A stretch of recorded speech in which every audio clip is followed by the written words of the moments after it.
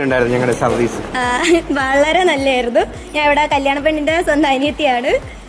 പിന്നെ രോഹിത്തണ്ണനെ പറ്റി ഇപ്പം മെയിനായിട്ട് സത്യം പറയട്ടെ രോഹിത്തണ്ണനെ പറ്റി തന്നെ പറയാനുള്ളത്. രോഹിത്തണ്ണനെ പറ്റി പറയുകയാണെങ്കിൽ എനിക്ക് തോന്നുന്നു കല്യാണത്തിൻ്റെ 1 മാസം മുന്നേ തൊട്ടേ നമ്മളുമായിട്ട് ഭയങ്കര കോർഡിനേഷൻ എന്ന് പറഞ്ഞാൽ കറക്റ്റ് സീരിയസ്ലി പറഞ്ഞാൽ എനിക്കൊരു സ്വന്തം ചേട്ടനെ പോലെ ഞാൻ ഭയങ്കര ഓപ്പൺ ആയിട്ട് സംസാരിക്കുന്നത്. എനിക്ക് കൂടുതൽ ചേട്ടന്മാർ ഭയങ്കര കുറവാണ്. അപ്പം ഈ ഒരു കല്യാണത്തിന് എനിക്കൊരു ചേട്ടൻ്റെ പ്രസൻസ് ഭയങ്കരമായിട്ട് ആവശ്യമായിരുന്നു. ഭയങ്കര ഹെൽപ്ഫുൾ ആയിരുന്നു.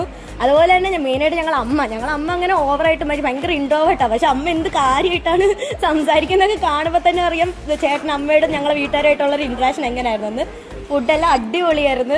മെയിനായിട്ട് ഞാൻ ബോളി പായസം ഒന്നും കഴിക്കാത്ത കൂട്ടത്തിലുള്ള ഞാൻ തന്നെ നല്ലോണം ഫുഡും കഴിച്ച് ഞാൻ ചേച്ചീനെ പറഞ്ഞു വിട്ട വിഷമത്തി വന്നിട്ടിരുന്ന് ഫുഡ് കഴിച്ചതിന് നല്ല ഫുഡായിരുന്നു. വിഷമെല്ലാം മാറി ഭയങ്കര അടിപൊളിയായിരുന്നു. എൻ്റെ കല്യാണത്തിനും തരാം.